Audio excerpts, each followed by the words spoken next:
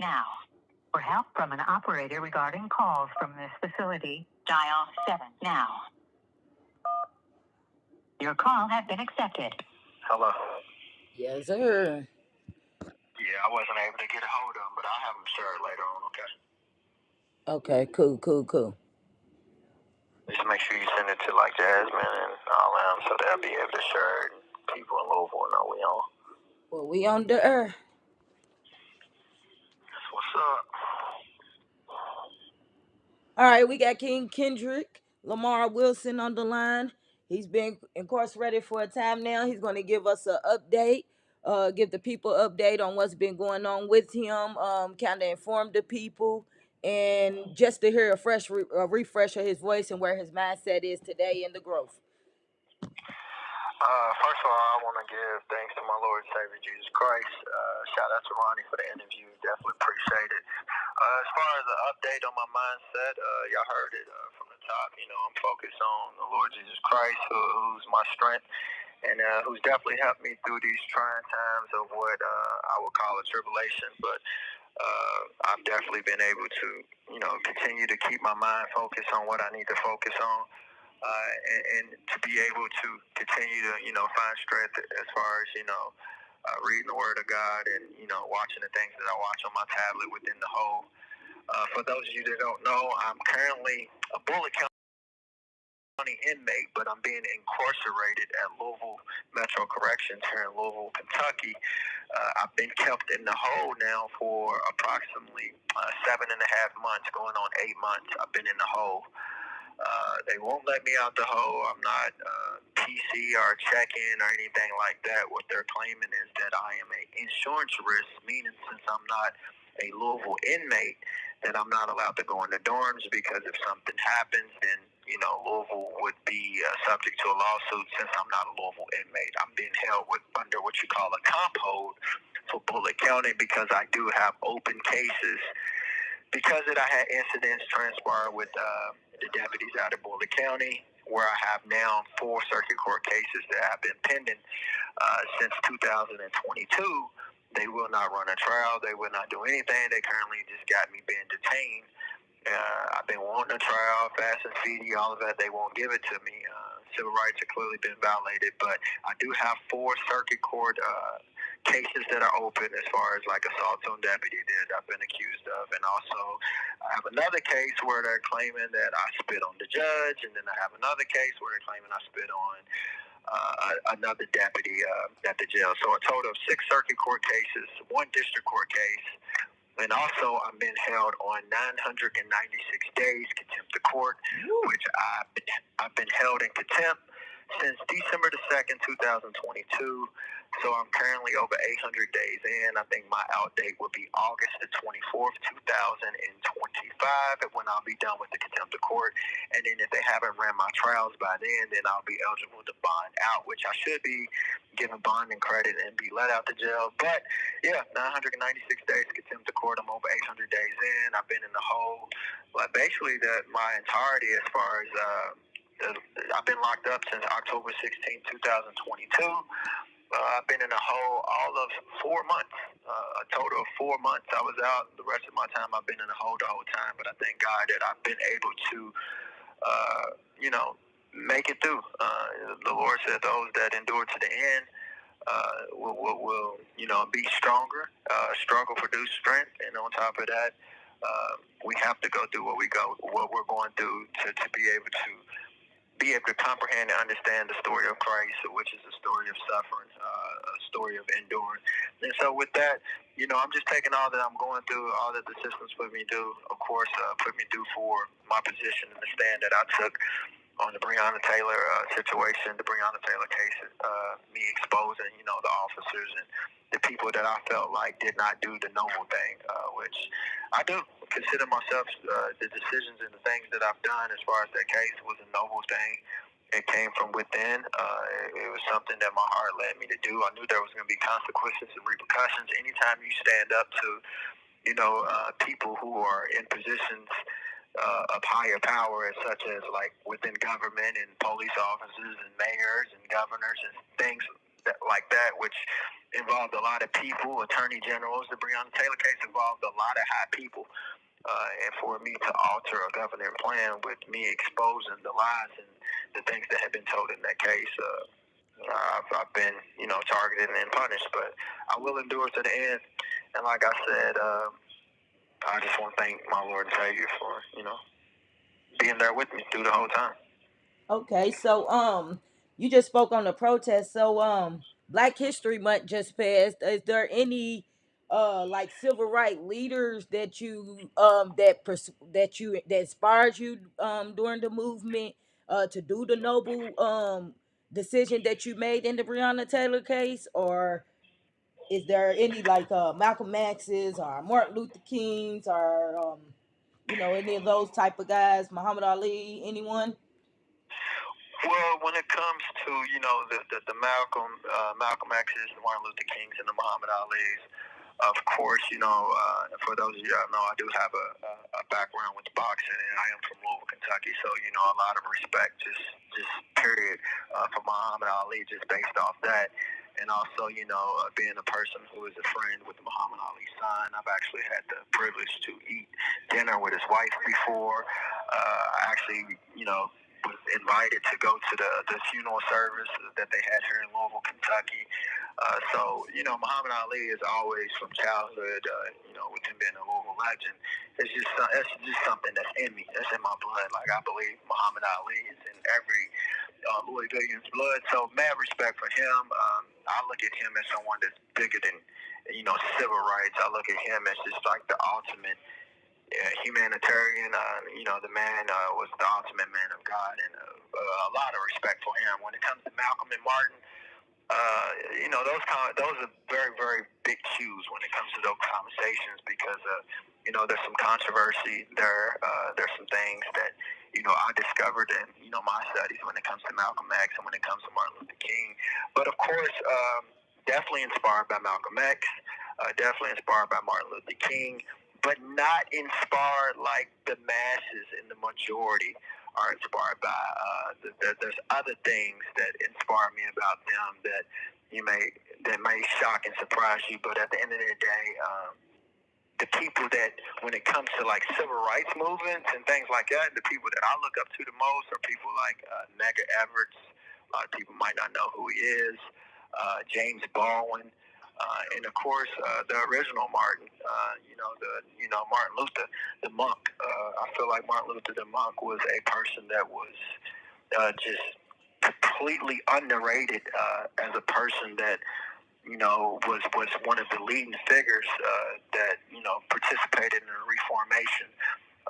reform when it comes to the way of life and the way that we believe, and as far as like the system that's currently constructed, as far as Jesus Christ and God and things such like that, open up the doors and turn down some of the walls and the hurdles that stood in the way of the truth. And so, yeah, those would be the people right there. Okay, so from the sounds of things, do you read a lot of books? Because it seems like you have a lot of knowledge, or do you do a lot of studying? So when it comes to believe it or not, I was a person that was, pretty much thought I was stupid my entirety all through school. I was in what you call LD and BD classes, had behavior issues. I didn't really realize that I was that smart. I didn't think I was that smart. I was raised in a foster home. Nobody was really ever hands-on with me when it came to studying and stuff like that. So I did have a social worker in my life by the name of C. Allen Chavan, who is a pretty big name here in Louisville, Kentucky. I believe her son just retired as a judge. Her husband was a judge, and then she has another son that's a lawyer here still, and then she has a daughter that retired from being an attorney, and then she got granddaughters that's out there doing big things in the attorney world too. So it's a pretty big name. But this woman, she was pretty much my castle worker. one social worker, like my mom liked to call her my white mama. That's what my real mama calls her, my white mama. But she was a person that, because she was privileged and her husband was, successful, her husband, Stan Chavan Sr., was the president of the National Bar Association at one point. So they did a lot of traveling, going to different countries. She was always in different countries. And so what she would do is she would pick up, different artifacts, different souvenirs, magazines, and, different little reads. And I would read up on things from abroad. And so I really wasn't, I didn't really, when it comes to America, the only thing I really paid attention to was social study books.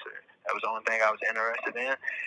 Any other subject, paid zero attention to, did no homework or anything. But my teachings came from, of course, my grandmother, who and my foster mom, Anna and Welton Lane, foster parents, and my grandmother, Kathy Wilson, who installed Jesus Christ in me.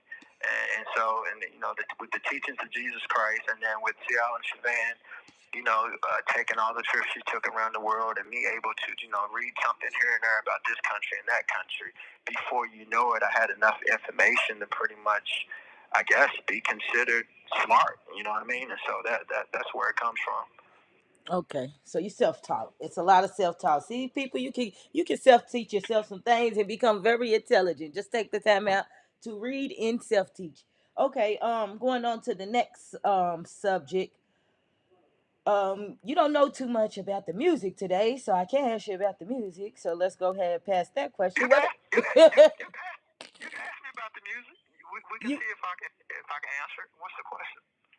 About the music today. Okay, so today's music, do you feel like it's very influential in the negative way, or do you? Well, okay. We're gonna. This is a very big shoe right here, but we're gonna jump right into it.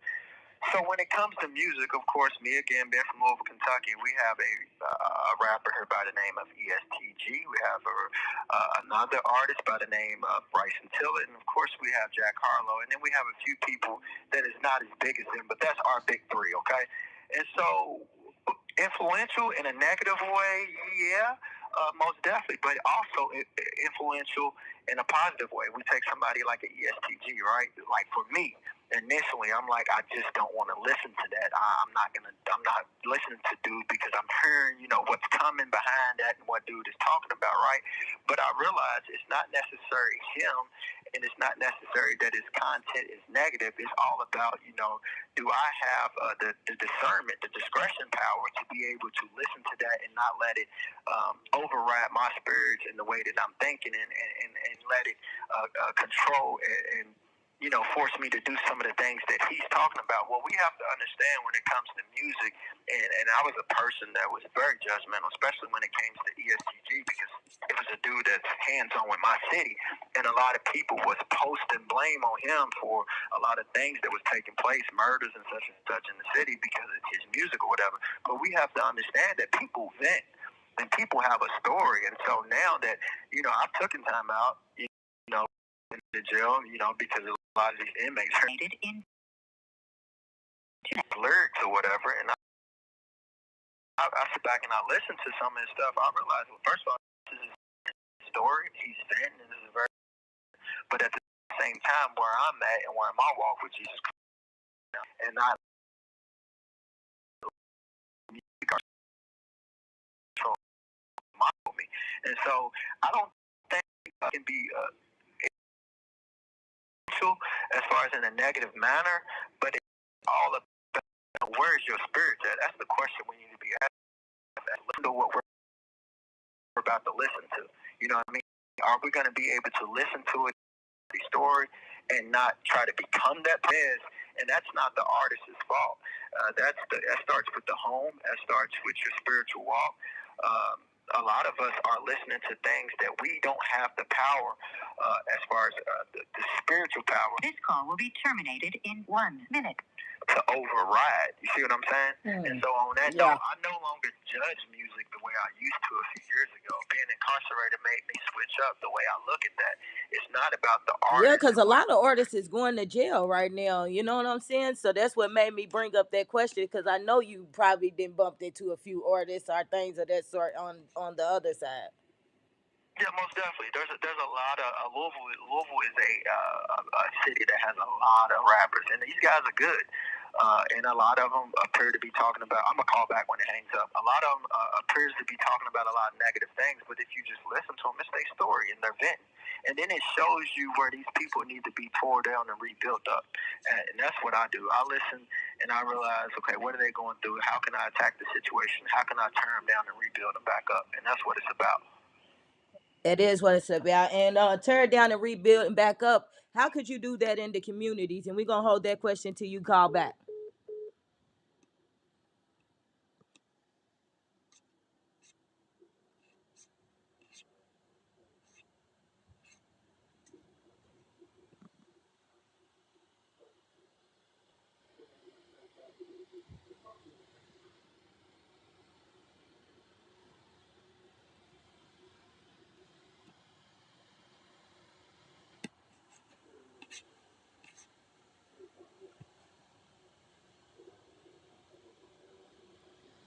Just 1 second, guys. He's calling back. Phone should about to ring.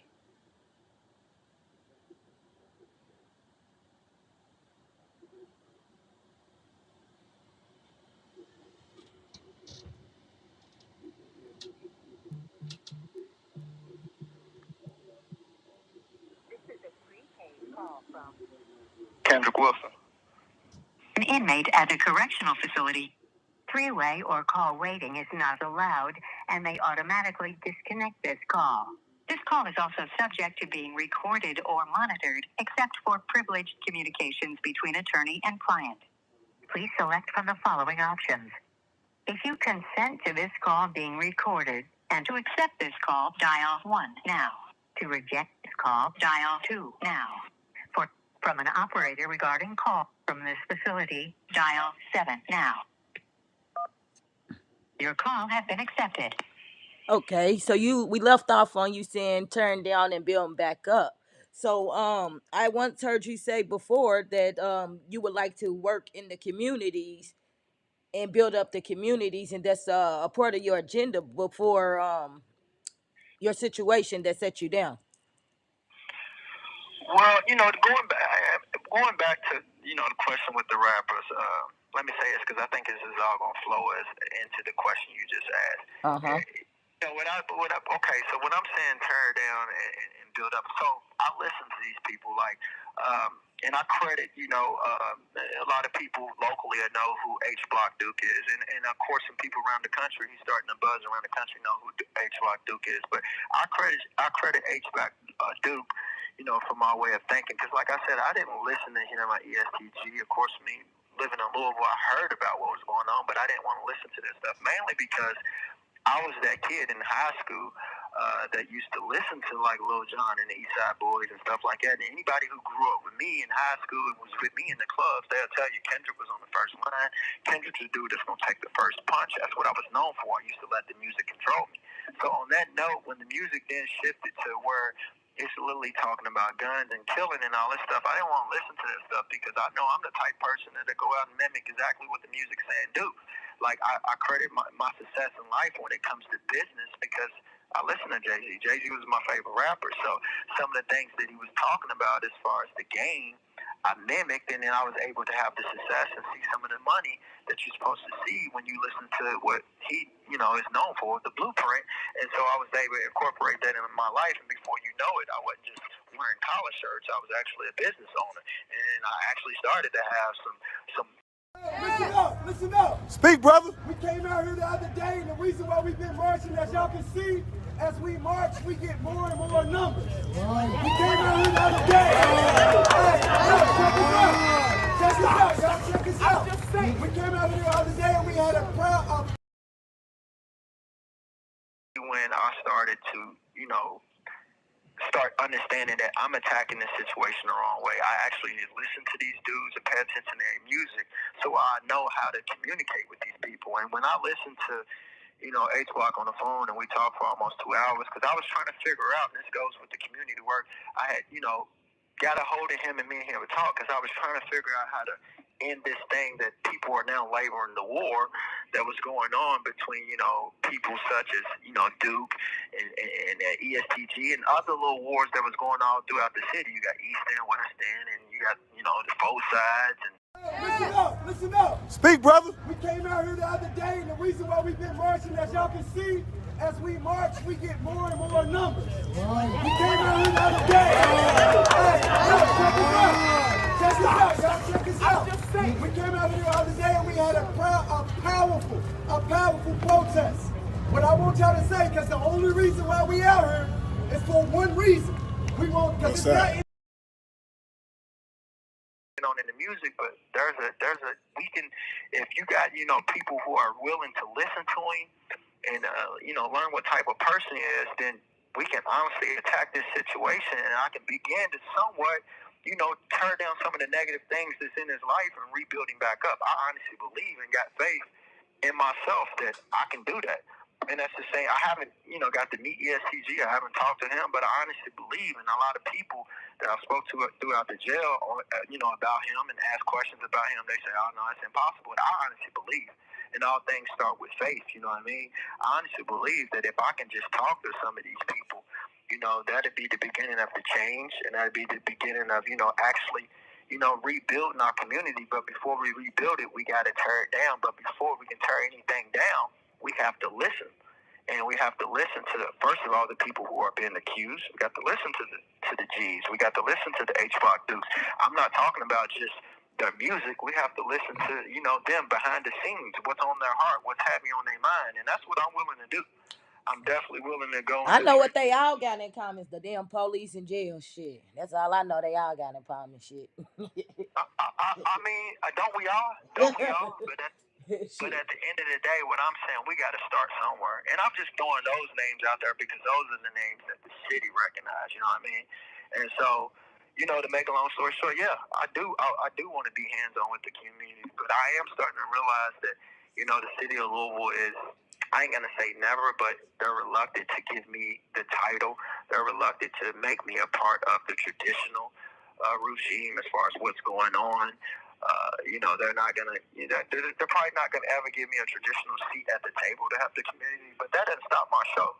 You know what I mean? I'm gonna continue to operate and continue to do the things I'm doing, just like I'm doing here in every jail that I go to. I'm gonna continue to help restructure inmates for the greater good. Reach one, teach one. Tear down and rebuild back up. Would you consider yourself a activist today? Our current black leader today? I mean, I don't really like to use the. I mean, yeah. I don't really like to put myself in that sentence as activist because I feel like certain people have completely just outgone and used the explicit. I don't want to, but I believe there's certain people who have literally pooped on that name. You know what I mean? Like when it comes to activists, I feel like that name is so tarnished. There's so much negative stuff that comes with the word activist because we got a lot of activists out there that's not really active in anything other than making money off, people who are losing their loved ones. They're making money off black people dying. So, but no doubt when it comes to it, I don't want to. Listen up. Speak, brother. We came out here the other day, and the reason why we've been marching, as y'all can see, as we march, we get more and more numbers. We came out here the other day. And we can throw, any other name you want to come out there. Mega Everett, James Baldwin. We can throw Martin Luther, the monk, out there. I'm definitely in that conversation. But as far as, this generation ever giving me a credit, we'll see. Muhammad Ali didn't start to get his roses until way down the line. The same thing with Malcolm X, Martin Luther King.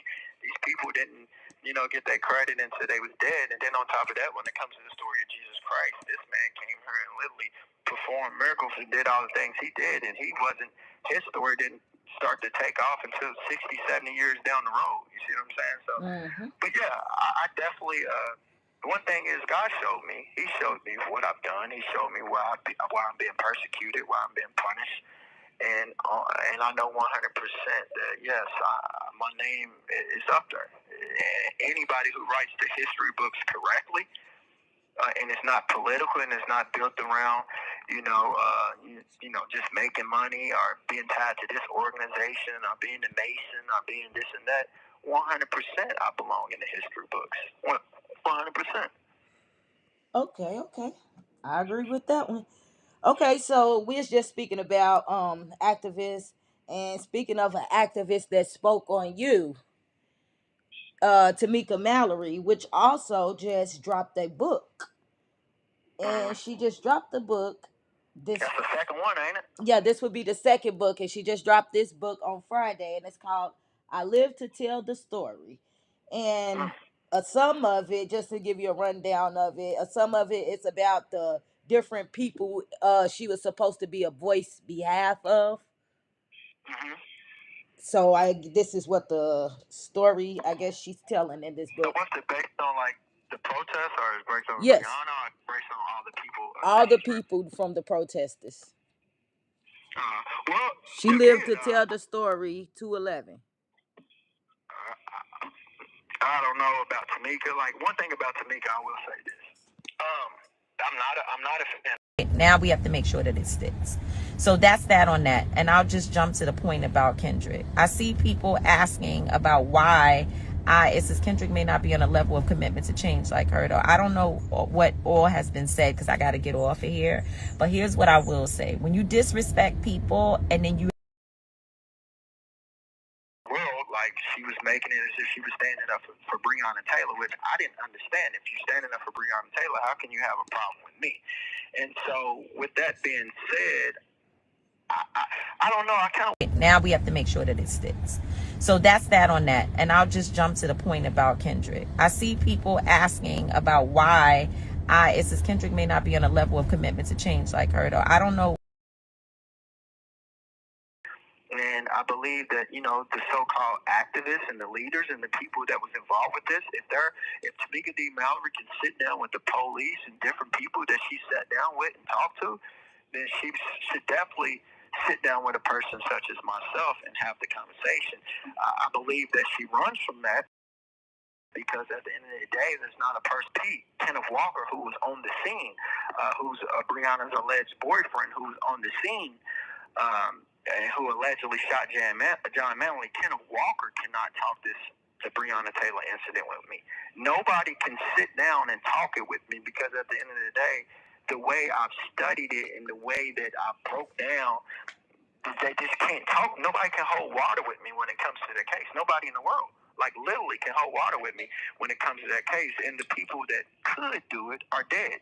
You had the Commonwealth attorney, Tom Wine, who would be able to, and me and him had private conversations, me and Tom Wine, but Tom Wine is now dead.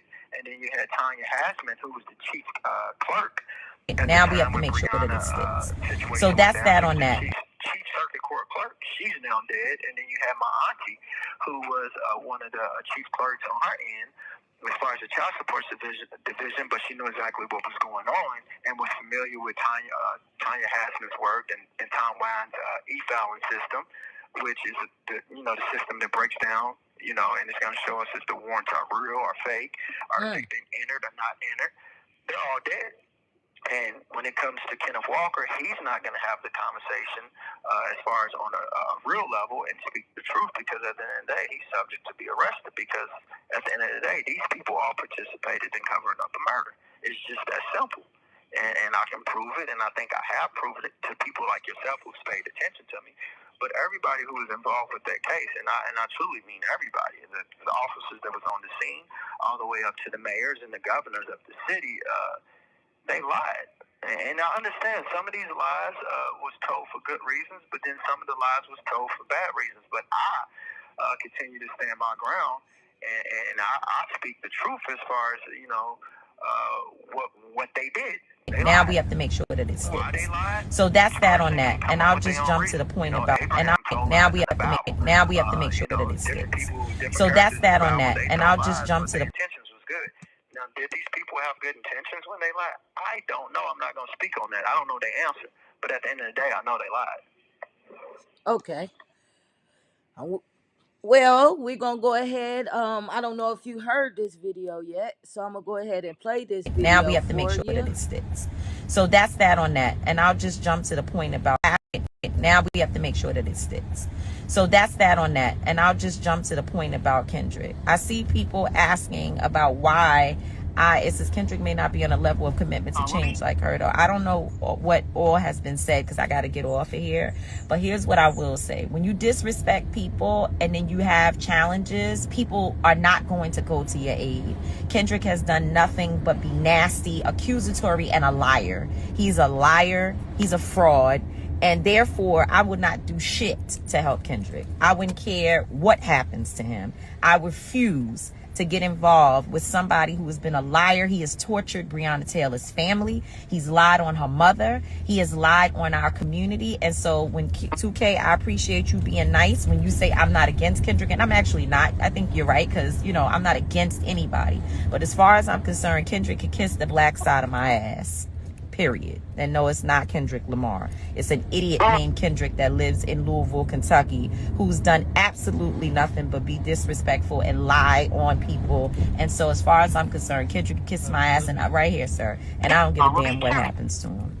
That's what I got to say about that. So, gotta go, y'all. Hey, Peace. I'm gonna call back, and I want you to play that from the top for me one more time, and I'm gonna respond to that. You hear me? Yeah. Okay, thank you.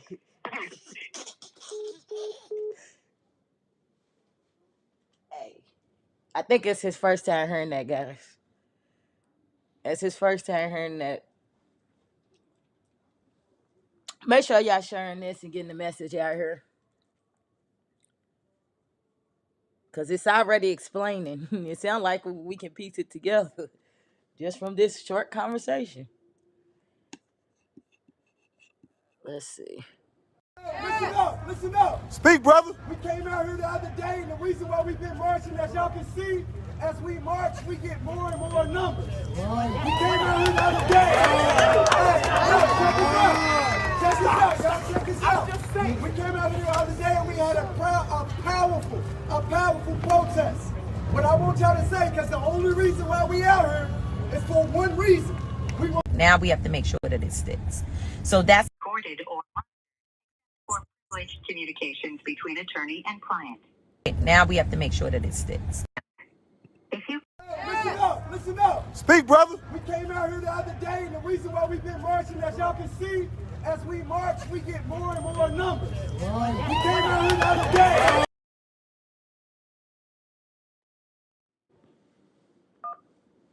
Your call has been accepted.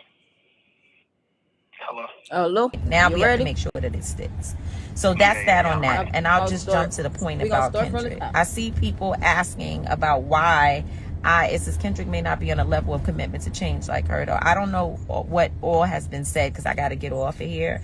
But here's what I will say. When you disrespect people and then you have challenges, people are not going to go to your aid. Kendrick has done nothing but be nasty, accusatory, and a liar. He's a liar. He's a fraud. And therefore, I would not do shit to help Kendrick. I wouldn't care what happens to him. I refuse to get involved with somebody who has been a liar. He has tortured Breonna Taylor's family. He's lied on her mother. He has lied on our community. And so when 2K, I appreciate you being nice when you say I'm not against Kendrick. And I'm actually not. I think you're right because, you know, I'm not against anybody. But as far as I'm concerned, Kendrick could kiss the black side of my ass. Period. And no, it's not Kendrick Lamar. It's an idiot named Kendrick that lives in Louisville, Kentucky, who's done absolutely nothing but be disrespectful and lie on people. And so as far as I'm concerned, Kendrick can kiss my ass and right here, sir. And I don't give a damn what happens to him. That's what I got to say about that. So, gotta go, y'all. Peace. And she ended the live. Wow. I've actually heard that before, but I've never heard that before. I've heard it, but I never listened to it. You know what I mean? Like, somebody told me about it from jail, and I was like, I'll just post it on my page, you know, but I never really heard it. Hey, hold on. Can you give me a minute? Because, like, that right there was, that was deep. That kind of cut me. That hurt. You hear me? That hurt me. That's a woman that's considered let's just call a spade a spade. I think in our generation, you know, for the last 5 years, 6 years, dating back to the Women's March in Washington, D.C., I think we would have to consider, as far as the judgment of the people, Tamika D. Mallory to be the number one activist in our country. I think, right? Her along with the crew, Benjamin Crump, you know, they're the number one most active people as far as being I out think there. he just got an award for that. So he's actually number one right now. He just got an award for it. So yes.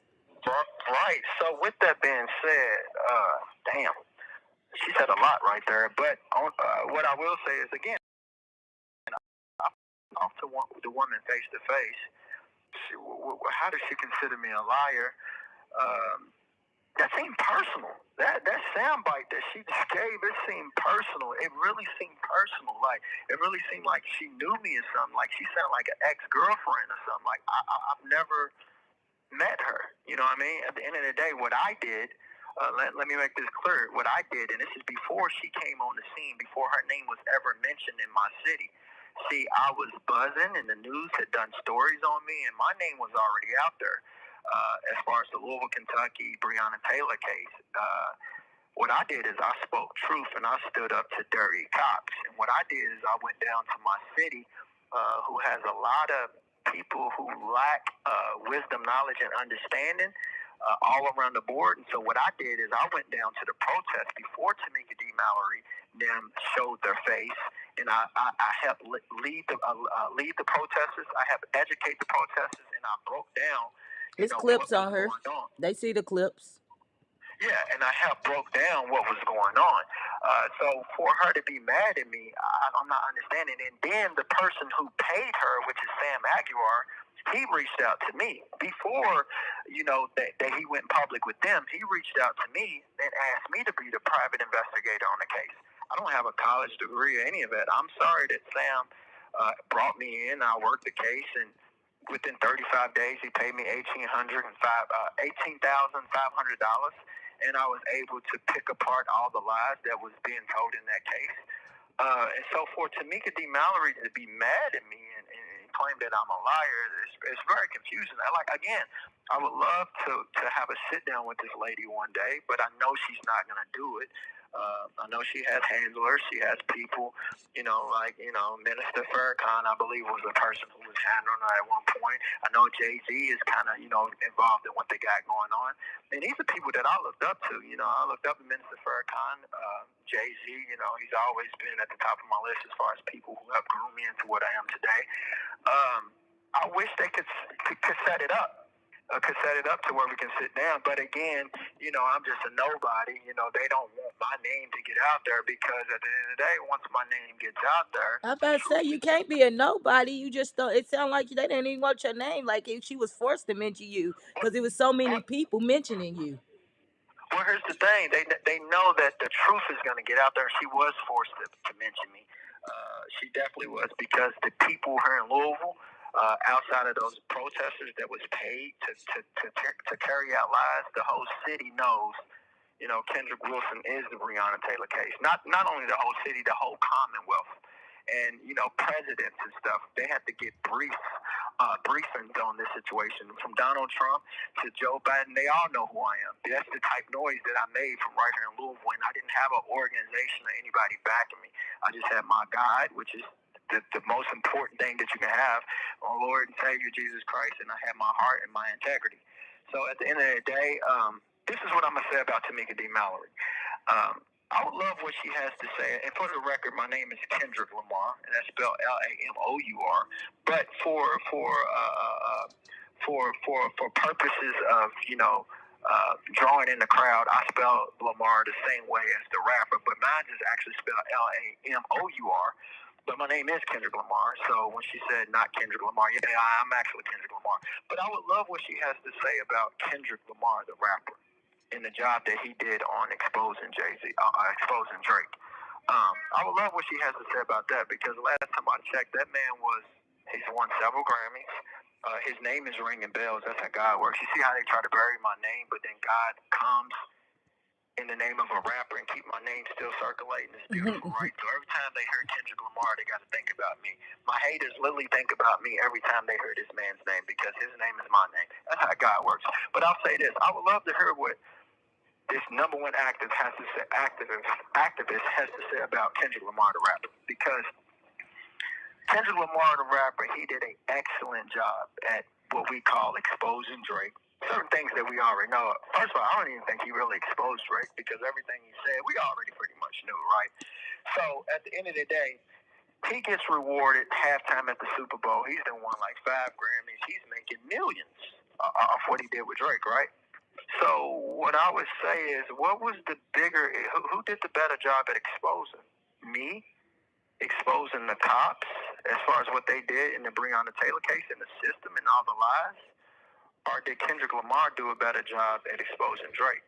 Who's the bigger enemy when it comes to not only the black culture, but the world? Who's the bigger enemy? Dirty cops or rappers, light-skinned rappers such as Drake? Which one's more detrimental to our community? Last time I checked, I stood up to some dirty cops. Keyword dirty cops. I stood up to some people in government that chose to lie to the people in that. You got to realize, once the Breonna Taylor situation went down, our city set a record as far as murder and deaths.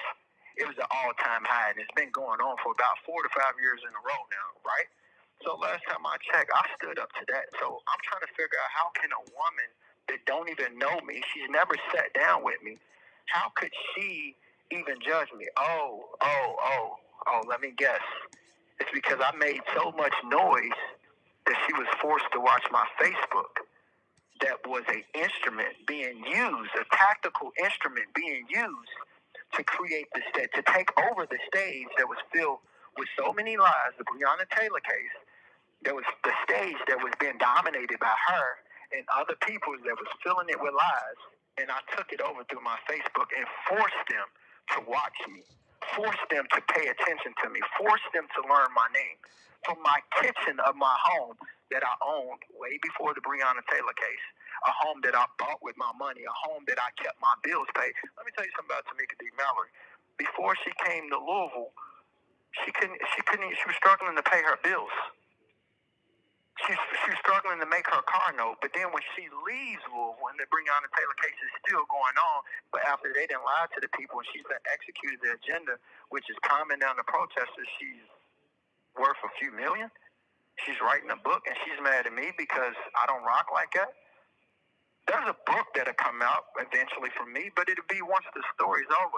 How disrespectful is it for this woman? She's now got 2 books, and the case still, and the story isn't even over. The case, Brett Hankinson hadn't even been sentenced yet. He ain't even been to jail one day. I was great to get on that. That's the next question. He ain't been to jail one day. He ain't trying to appeal. Kendrick Wilson have done more time than everybody who was involved with that case. True. Combined together, and I haven't even been convicted of a felony. I haven't been convicted. That's what people. Hold on, play that back. Make that clear.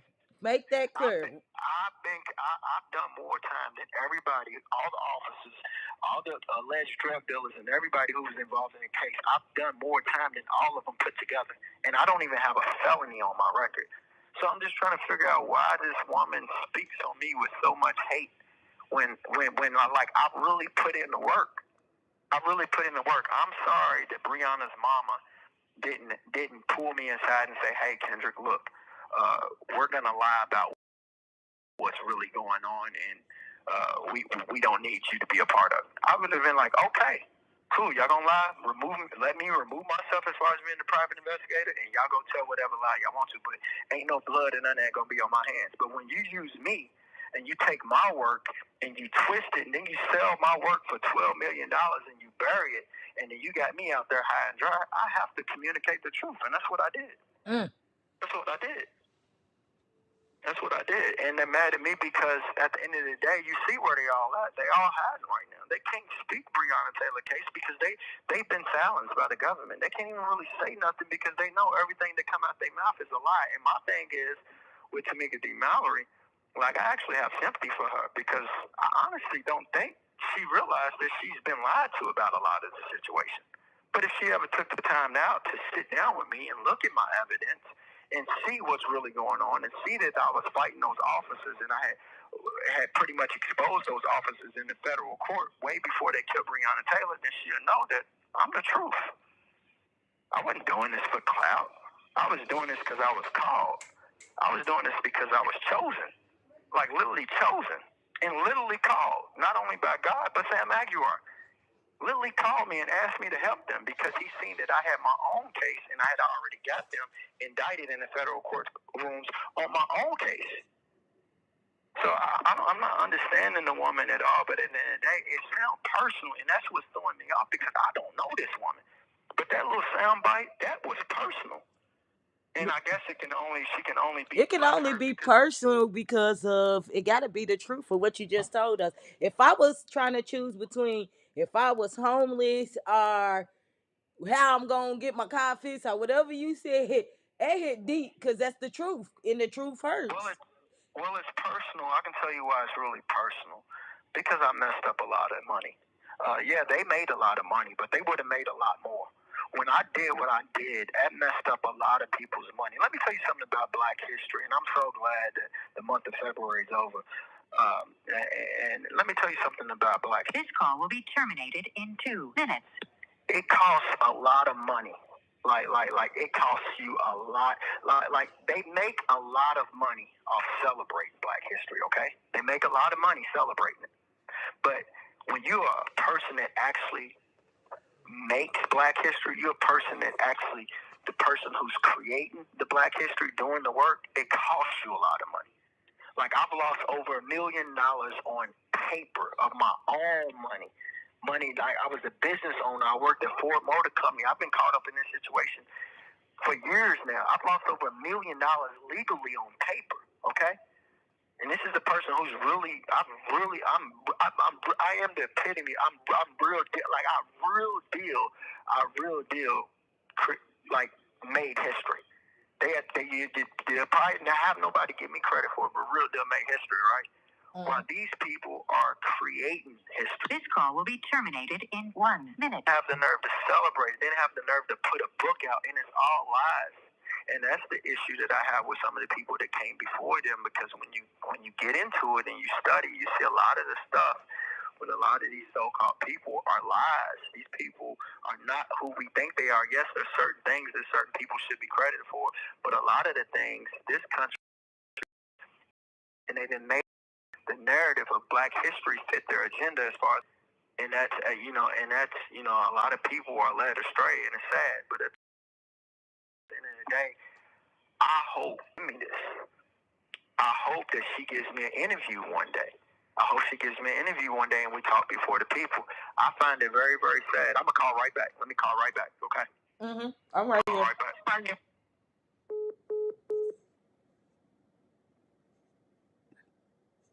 Dang, I'm uploading videos. Oh man, what happened to my video? Damn. Try to upload some now videos we have to make for sure you that guys. it sticks. So that's that on that. And I'll just jump to the point about Kendrick. I see people asking about why it says Kendrick may not be on a level of commitment to change like her. Though I don't know what all has been said because I got to get off of here. But here's what I will say. When you disrespect people and then you have challenges, people are not going to go to your aid. Kendrick has done nothing but be nasty, accusatory, and a liar. He's a liar. He's a fraud. And therefore, I would not do shit to help Kendrick. I wouldn't care what happens to him. I refuse to get involved with somebody who has been a liar. He has tortured Breonna Taylor's family. He's lied on her mother. He has lied on our community. And so when 2K, I appreciate you being nice when you say I'm not against Kendrick, and I'm actually not. I think you're right, because I'm not against anybody. But as far as I'm concerned, Kendrick could kiss the black side of my ass. Period. And no, it's not Kendrick Lamar. It's an idiot named Kendrick that lives in Louisville, Kentucky, who's done absolutely nothing but be disrespectful and lie on people. And so as far as I'm concerned, Kendrick can kiss my ass, and right here, sir. And I don't give a damn what happens to him. That's what I got to say about that. So, gotta go, y'all. Peace. Yeah, well, I want to. This is what about her claiming that I'm a liar. I want you to realize who I was targeting, okay? Because my target was Brett Hankerson, of course, and the officers that was on the scene of Breonna Taylor case. And what I was pointing out to the people is they lied, right? That was my focus, right? Right. So then I was framed, and they had locked me up in August the 20th, 2021. Y'all all seen the standoff at my house. They came to kill me, but they locked me up. This call has been disconnected due to a probable... Oh, no.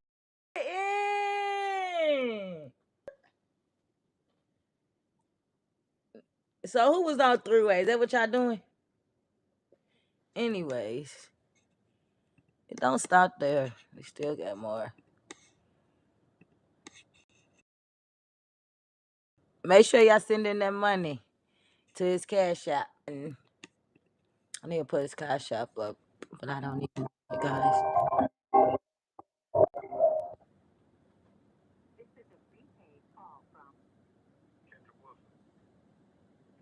At the correctional facility. Three-way or call waiting is not allowed, and they automatically disconnect this call. This call is also subject to being recorded, except for privileged communications between attorney. Please select from the following options.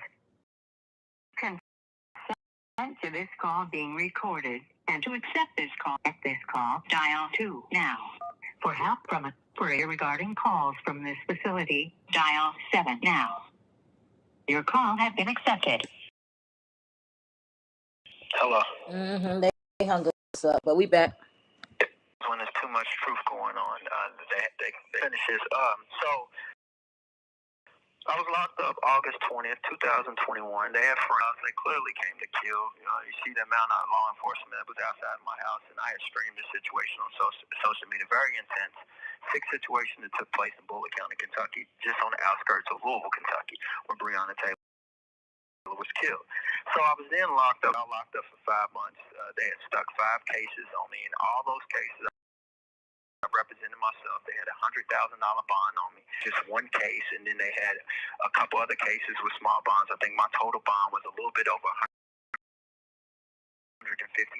Within 6 from the whole, I was able to get that $100,000 bond to a ROR, and then they stuck other bonds on me and trapped me in jail between Louisville, Bullitt County, and Indiana. Indiana realized that what Kentucky was doing was corrupt. Indiana then dropped their situation because they realized I had been lied on. They said I was a convicted felon found with a handgun. I'm not a convicted felon, and I've never been found with a handgun.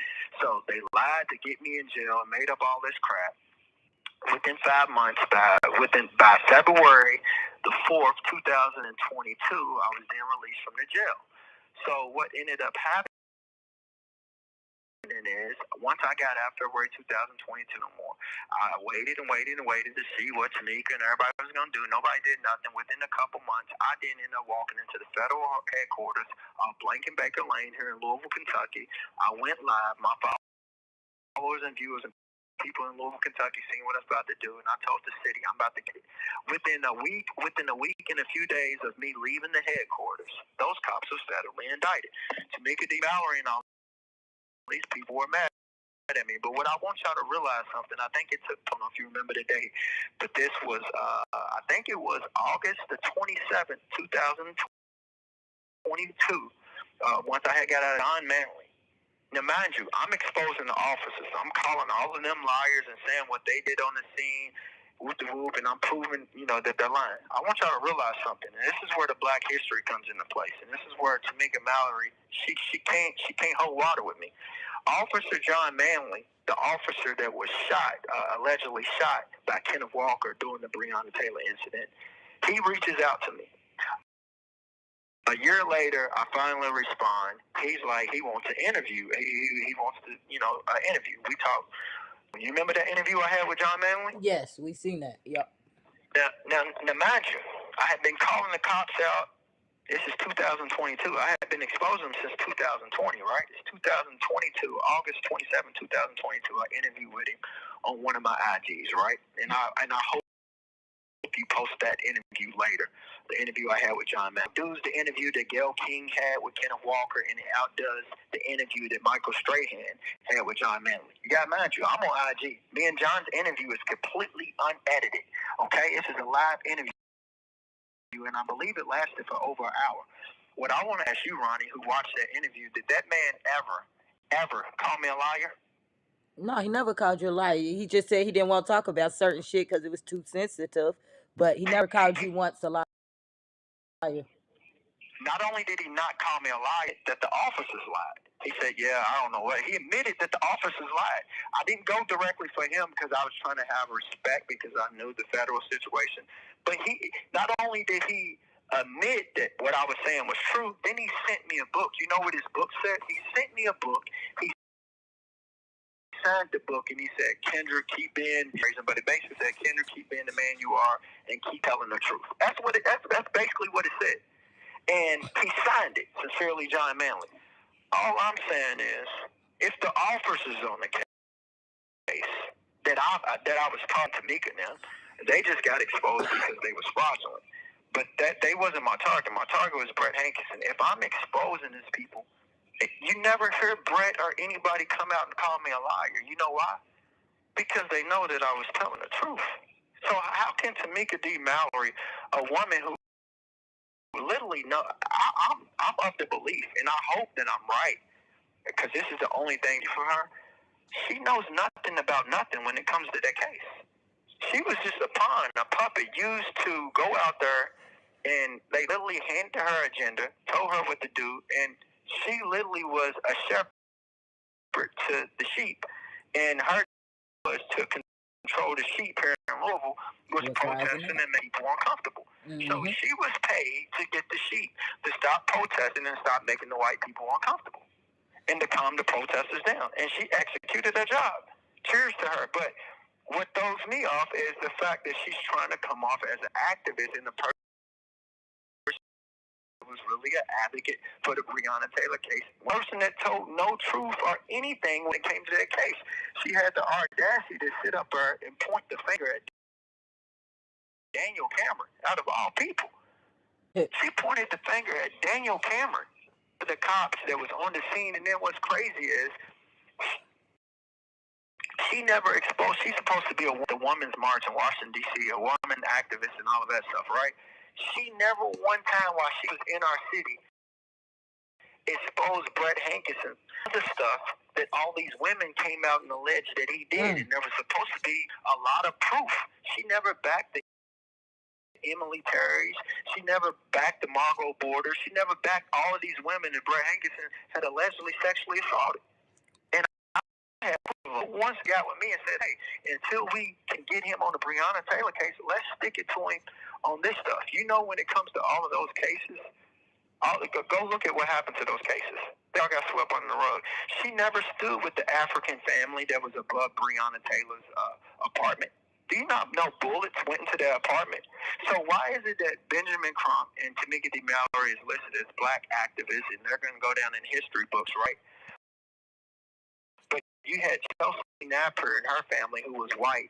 They entered and had a white attorney and people that were supporting them to get them, you know, the justice and stuff they deserve for the bullets flying in there that was right above Breonna's apartment with babies in the apartment, and bullets, multiple bullets went in that apartment, and guess what? Nobody says nothing about that today.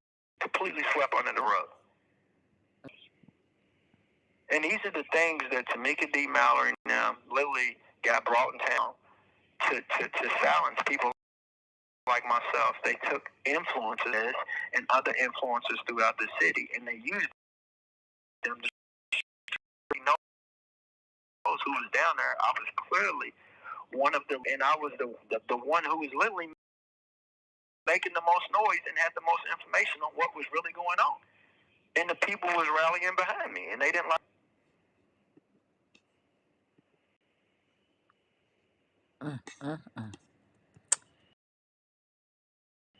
And that is the truth, because I'm not going to say the truth, but I can't say I was on the ground when we was out there. We was moving, and no justice, no peace. Soon as they came, it was boots on the ground, and the whole movement got changed, and it became not to be safe out there. It went from a peaceful protest to where it was not even safe for protesters to be outside. So it was an agenda in place. I can't agree from my very own experience backing you on that. And what's sad is she has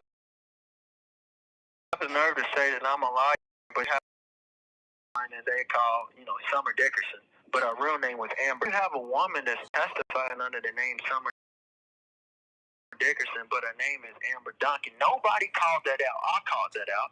And then I can lie about the muzzle flash, and then once I start, putting the pressure and the proof out there, then her and Hankinson now done switched up their story about the muzzle flash. I don't know if y'all paying attention to what's going on in the federal courts. And then here's the sad thing.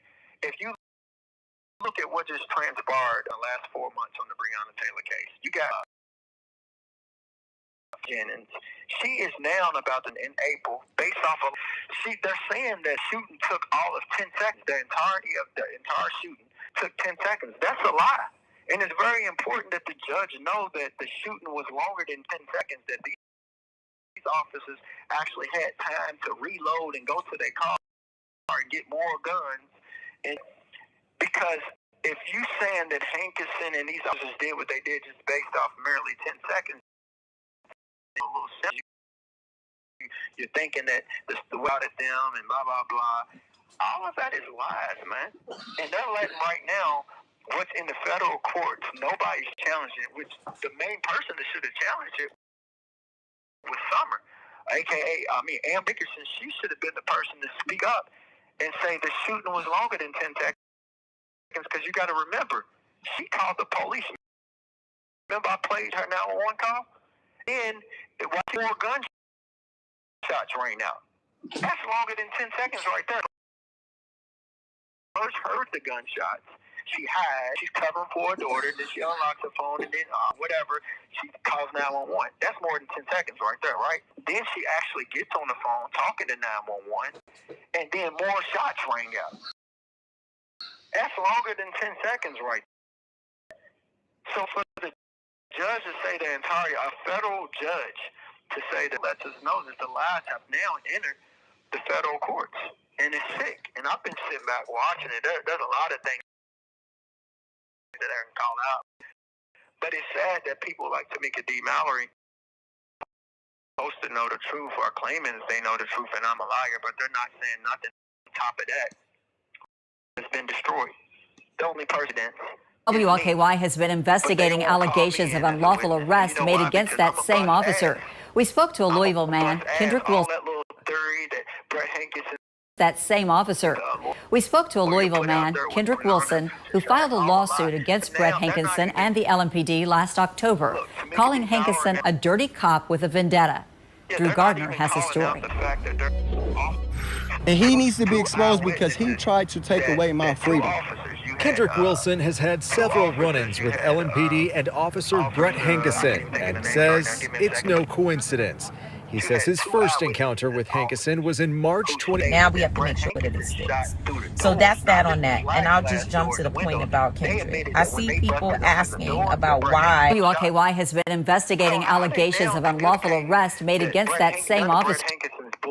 This is what's in the federal courts, and they're letting this stand.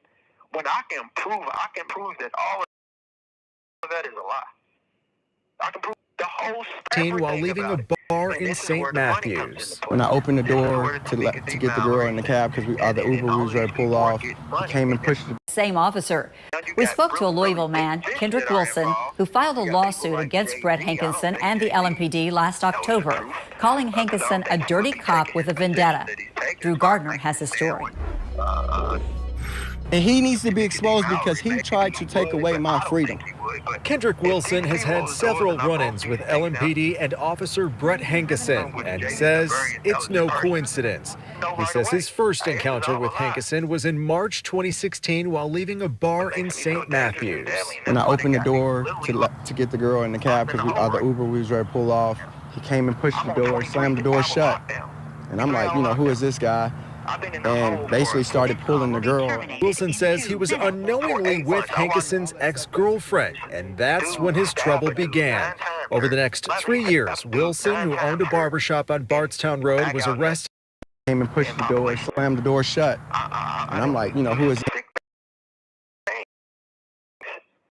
Came and pushed the door, slammed the door shut. And I'm like, who is this guy? and basically started pulling the girl. Wilson says he was unknowingly with Hankison's ex-girlfriend, and that's when his trouble began.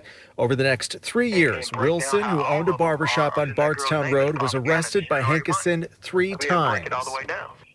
In March of 2016, Wilson was charged with assault in connection with a bar fight. That charge was later dismissed. In June of 2018, he was arrested on charges of trafficking, tampering with physical evidence, and resisting arrest. His attorney tells us this case is still pending, but provided this body cam video showing that drugs appear several feet away from where Wilson was standing on the sidewalk in handcuffs. Attorney Rob Eggert says there is no evidence Wilson either possessed the drugs or threw them.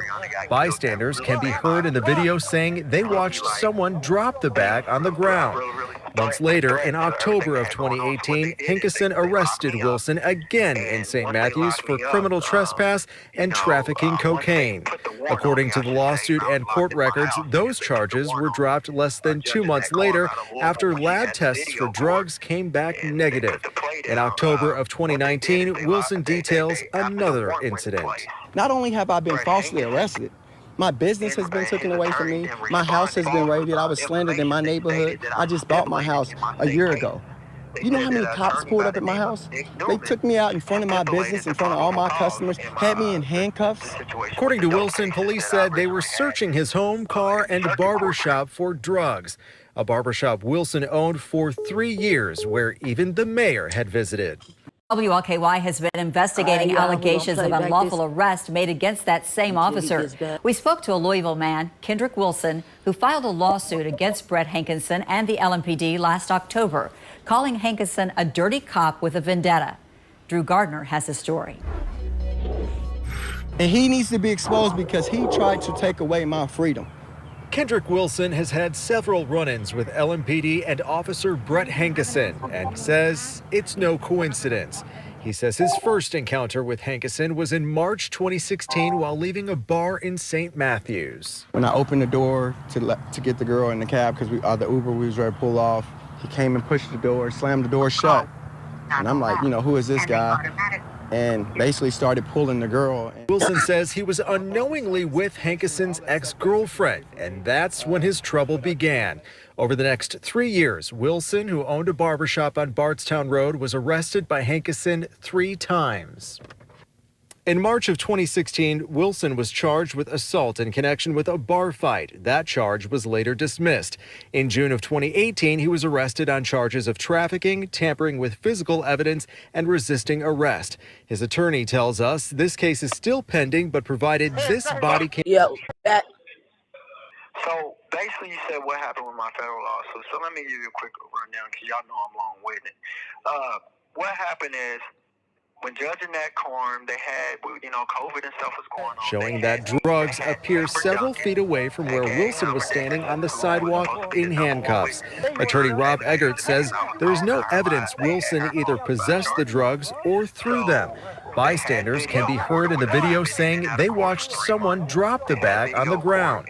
Months later, in October of 2018, Hankison arrested Wilson again in St. Matthews for criminal trespass and trafficking cocaine. According to the lawsuit and court records, those charges were dropped less than 2 months later after lab tests for drugs came back negative. In October of 2019, Wilson details another incident. Not only have I been falsely arrested, my business has been taken away from me. My house has been raided. I was slandered in my neighborhood. I just bought my house a year ago. You know how many cops pulled up at my house? They took me out in front of my business, in front of all my customers, had me in handcuffs. According to Wilson, police said they were searching his home, car, and barbershop for drugs. A barbershop Wilson owned for 3 years, where even the mayor had visited. They came and got me at Ford. They had cops all in Ford's parking lot. The whole Ford Motor Company was talking about this. They had cops all in their parking lot. They got me. Then you know what they did? They took me to my barbershop, made me unlock my door, which I don't think they had permission to do that. They made me do that, made me unlock my door, took me in my barbershop. Cops pulled up front and back, K9 dogs, all in my shop. You know what they found? Nothing. Wilson tells us his experiences with police inspired him to join protesters in downtown Louisville. If you look at me down at the protest, I'm cussing. Now we have to make sure that it sticks. So that's that on that. And I'll just... WLKY has been investigating allegations of unlawful arrest made against that. He unlocked my door, took me in my barbershop. Cops pulled up front and back, K9 dogs, all in my shop. You know what they found? Nothing. Wilson tells us his... The paper of representing me. WLKY has been investigating allegations of unlawful arrest made. He now has a message for police officers who know and work with Officer Brett Hankeson. You people who are with the badge on, y'all are a part of what Brett's doing. And if y'all don't want to be associated with that, and y'all don't want to be labeled K9 dogs. The $5 million that we settled for, because I've been stuck in jail, and that's been their trick, because they know it's all a lie. Like, everything in court is on record. If I stipulated the probable cause in my circuit court cases, then it'll be on video. They're going to come up with some... The cameras went down, or the cameras was broke, or something. They're going to have to say something, because the fact the court is on video. There's not going to be a probable cause, because I didn't stipulate. So basically, my lawsuit, my federal lawsuit, got thrown out because Brett Hankeson inlated in the circuit courts, which I did. And Nick Newman is the attorney that's responsible as far as with the paperwork. And okay. WLKY has been investigating allegations of unlawful arrest made against that same officer. We spoke to a Louisville man, Kendrick Wilson, who filed a lawsuit against Brett Hankeson and the LMPD last October, calling Hankeson a dirty cop with a vendetta. Because I just wouldn't go away with the death threats and everything that came my way. I just wouldn't go away. I wouldn't go away. I didn't let the death threats scare me. You gotta think, I'm a black man living on the outskirts of Louisville and Bullitt County, when it's less than 2% black people out there, less than 1% black people out in Bullitt County, where the Klan is very heavy, and I fought from there. You know what I mean? With no team, with no NFAC surrounding my house protecting me. I didn't have a bunch of civil rights people, supporting me or anything. I did this. You know what I mean? So I'm not understanding how Tamika and all these people can feel the way they feel when I really went through the fire. I really went through the fire. Like this judge that I'm dealing with out of Bullitt County right now, Judge Christopher Cohan, who's taken over for Judge Burris. Like, these people are a real deal Klan. Like, I don't care what nobody say. These people are Klan. And it doesn't take a rocket scientist to see this. Like, I'm in the hand. I've been captured by the Ku Klux Klan, literally. And that's how sick the situation is with the Breonna Taylor situation. These people couldn't do nothing with me. Tamika D. Mallory and them, and Until Freedom and Benjamin Crump, they was getting exposed so much. Grandmaster Jay, all of them. I was exposing all of these people so much that they was frauds, that they had to put the Ku Klux Klan on me. They literally put the Klan on me, and the Klan has really captured me. And I've been tortured and everything in jail. She spoke on... but here's the thing, I don't need her to do nothing for me. I believe in got me, but I literally been tortured. They literally tried to kill me. I've done every can to take my life, but I'm still hurt. And if you ever watch the Bob Marley movie, there was a very powerful point. One of the rosters was speaking to Bob Marley, and Bob Marley asked, why did they shoot him? And he said, you asked him the wrong question. The question shouldn't be, why did they shoot you? The question should be, why are you still hurt? And that's my mindset. That's my mindset. I know that I'm here and I've been called for a bigger purpose. I know this story is unfinished. I wouldn't dare write a book right now. But at the end of the day, I'm going to continue to fulfill my purpose and stand up. And this is bigger than the people. This is bigger than the culture. This is a movement that's led by God, and he's using me as a man right here in the flesh to be a part of his purpose, his movement, and I'm going to continue to do it. And I thank God for Kendrick Lamar, the rapper. I thank God for the Super Bowl. I thank God for the whole Kendrick Lamar beef, because it empowers me just to hear my name, just to see what God's doing with my name. If you can take a Kendrick and he can slay the GOAT when it comes to rapping. We all know Drake is this generation's GOAT, and what Kendrick Lamar did to him was just utterly disgusting. It lets me know and it empowers me. Hey, keep going. That's what you are. Your name is associated with being a slayer of the GOATs. And at the end of the day, these dirty cops, keyword, dirty cops, in this city, they're the GOAT at tearing down communities all over the country. Dirty cops are. And I'm up for being, the GOAT that slays them. And I don't care what nobody say. Anybody who's paid attention to my work, I completely, single-handedly have destroyed Brett Hankinson's situation and what him and his crew was doing in the city. Are they still doing what they're doing? Are they still benefiting from it? Yes, but nowhere near in the capacity that they was originally doing it. I've got a lot of people free.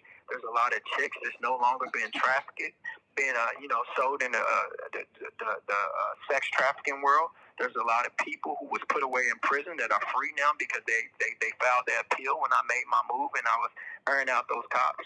And there's a lot of officers who's no longer working and employed here in Jefferson County that have to go to other counties, such as Bullitt counties and all the outskirt counties. So I know I've had a great impact, and I thank God for using me, and I'm going to continue to let the Lord use me. And that's right. But if you will, please play the John Manley interview, because it's very key. Okay. It's very key. It's crazy that I've spoke with John Manley. I spoke with Janiyah Palmer, which is Breonna's sister. I spoke with Kenneth Walker. I spoke with Breonna's mama. I spoke with Sam Aguirre. I spoke with Benjamin Crump. I spoke with Grandmaster Jay. I got recordings and private conversations with all these people, public conversations with these people.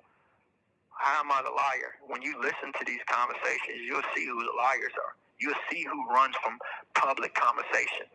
I don't. I do everything that I do in the spotlight because I want the people to be able to catch me in a lie. If I'm lying, call me out. Catch me in a lie. They're the ones who run from it. All right. So do you think that you could be being held for your safety? I've had deputies and I've had, certain people tell me that really hold me because, Hankinson and them are out to kill me. That's what's been communicated to me. And that was by Bullitt County deputies and Louisville deputies. So if that's the case, that's the case. Psalms 27 was the first verse I ever read in the Bible and my favorite verse to this day. And it does speak on something similar to that. It says, the Lord, my enemies and rise up against me, I'll be held in the secret place of his tabernacle. So maybe that's what's going on. But if it was my will, I would face it. I would be out there. I don't believe in running. But this is bigger than Kendrick. This is bigger than Kendrick Lamar from Louisville. This is bigger than Kendrick Lamar Wilson from Louisville. This is God's movement, and I'm just a person that's being used. But so not my will, but His will be done. But I do pray that I am released from this jail soon. And we all say amen to that. It's a spiritual agreement right there. But pay attention to what's going on in Judge Rebecca Grady Jennings' courtroom here in Louisville, Kentucky, in the federal courts. They got some tricks up their sleeve, y'all. And like I said, the truth is not being communicated.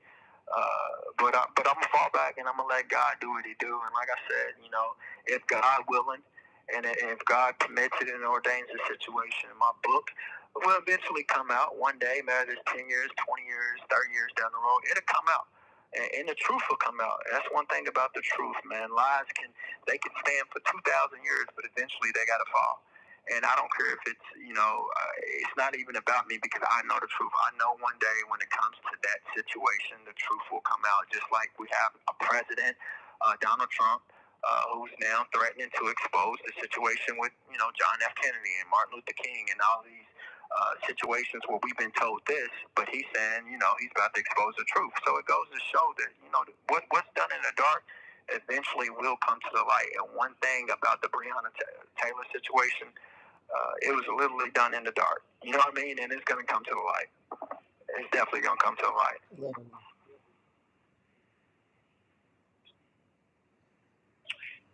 Do you have anything you want to update the people on, your court dates or anything that you want to speak on that we didn't touch on?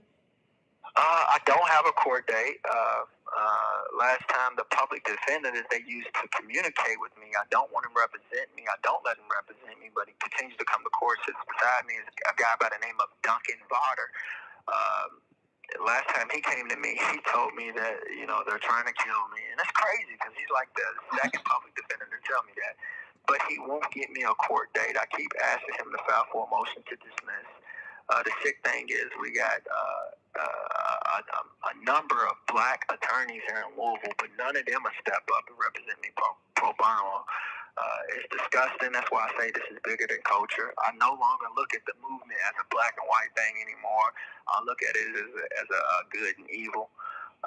There's been so many people that got the same color skin to me that participated in what I would call not a downfall, but this setback in my life. A lot of black people, a lot of people who got the same color skin as me, participated and was paid and are rooting and continue to root for my incarceration. And then you got some people that are praying that, eventually I die or be killed. And it's sad, but at the end of the day, I realize this is bigger than color. Has been investigating allegations of unlawful arrest made against that same officer. We spoke to a Louisville man, Kendrick Wilson, who filed a lawsuit against Brett Hankinson and the LMPD last October, calling Hankinson a dirty cop with a vendetta. Drew Gardner has the story. And he needs to be exposed. Truth, and hopefully God will reveal, and I'll continue to do the same thing and ask God to continue to water us all. Listen up. Speak, brother. We came out here the other day, and the reason why we've been marching, as y'all can see, as we march, we get more and more numbers. We came out here the other day. Check this out. Y'all check this out. We came out here the other day, and we had a powerful protest. But I want y'all to say, because the only reason why we out here is for one reason. We won't, because it's not in the police department's hands no more. It's in the feds' hands, which is these people here. We want them to do one thing. Do your job! Do your job! Do your job! Do your job! Do your job! Do your job! Do your job! Do your job! Do your job! Do your job! Of Hamilton Jazz, HAMILTONJAS, Jazz.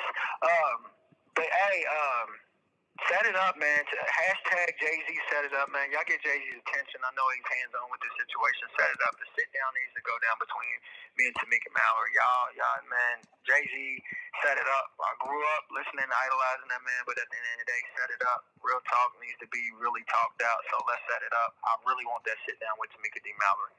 Set it up. Sounds good. Set it up. I love y'all, and thanks for the interview. No problem. Peace and blessings. Yes, sir. Fire emojis. Make sure y'all drop them fire emojis. All right. Because he tried to take away my freedom. Kendrick Wilson has had several run-ins with LMPD and Officer Brett Hankinson and says it's no coincidence.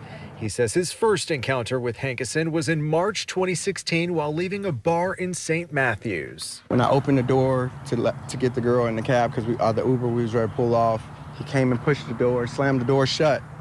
And I'm like, who is this guy? And basically started pulling the girl. Wilson says he was unknowingly with Hankinson's ex-girlfriend, and that's when his trouble began. Over the next 3 years, Wilson, who owned a barbershop on Bardstown Road, was arrested by Hankinson 3 times. In March of 2016, Wilson was charged with assault in connection with a bar fight. That charge was later dismissed. In June of 2018, he was arrested on charges of trafficking, tampering with physical evidence, and resisting arrest. His attorney tells us this case is still pending, but provided this body cam video showing that drugs appear several feet away from where Wilson was standing on the sidewalk in handcuffs.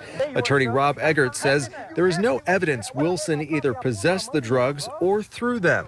Bystanders can be heard in the video saying they watched someone drop the bag on the ground. Months later, in October of 2018, Hankison arrested Wilson again in St. Matthews for criminal trespass and trafficking cocaine.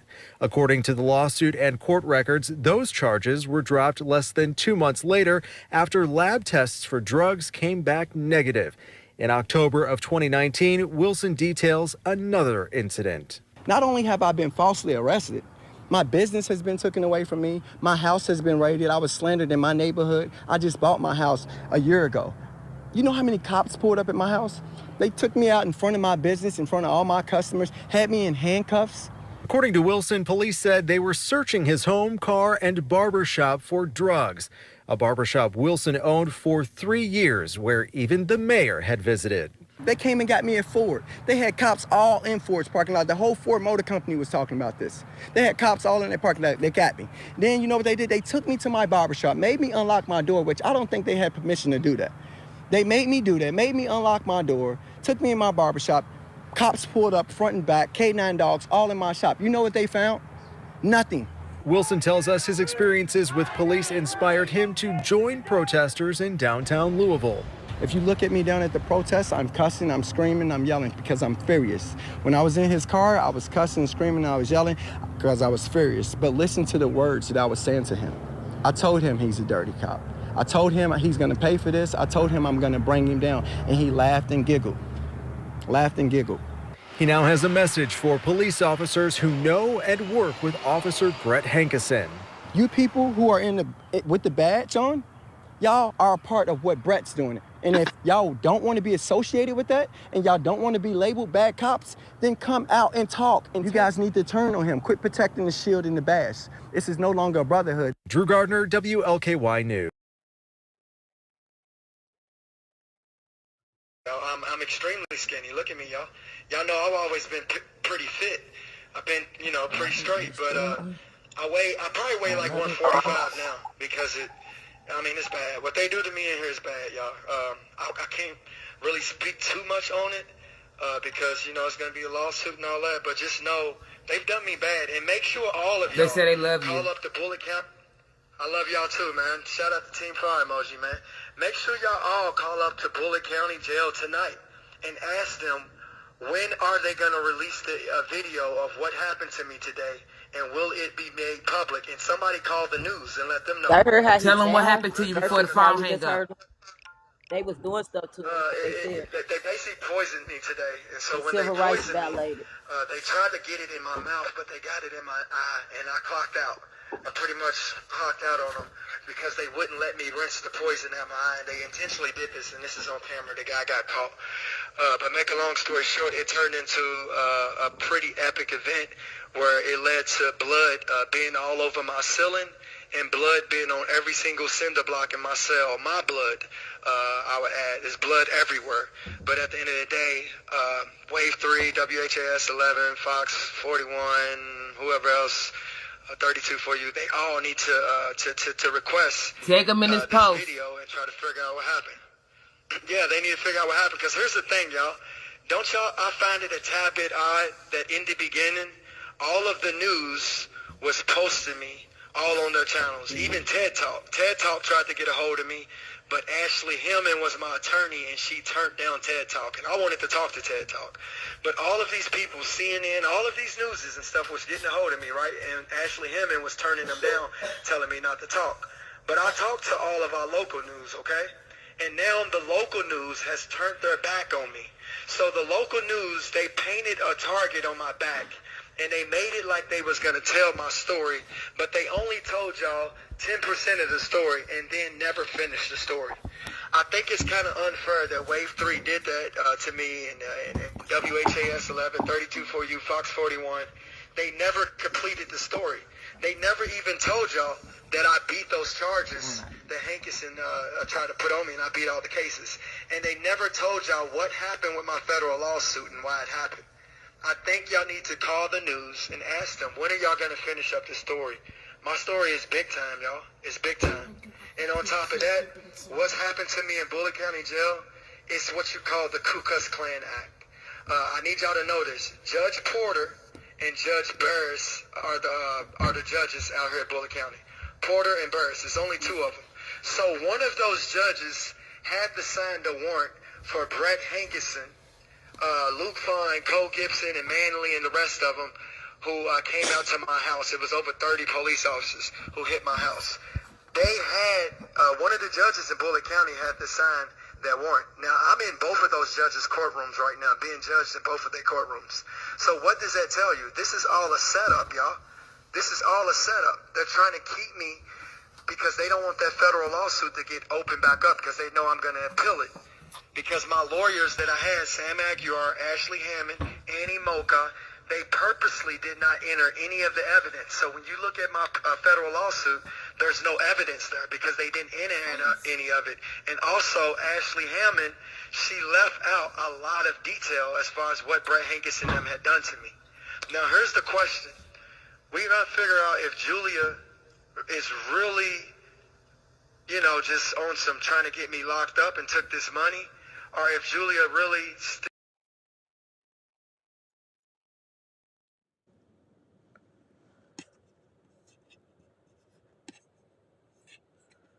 All right. Listen up, listen up. Speak, brother. We came out here the other day, and the reason why we've been marching, as y'all can see, as we march, we get more and more numbers. We came out here the other day. Hey, yo, check us out. Check us out, y'all. Check us out. We came out here the other day, and we had a powerful protest.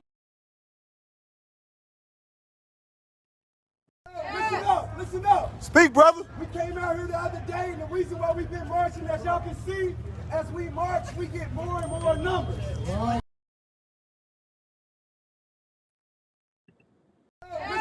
Listen up. Speak, brother. We came out here the other day, and the reason why we've been marching, as y'all can see, as we march, we get more and more numbers. We came out here the other day. Hey, yo, check us out.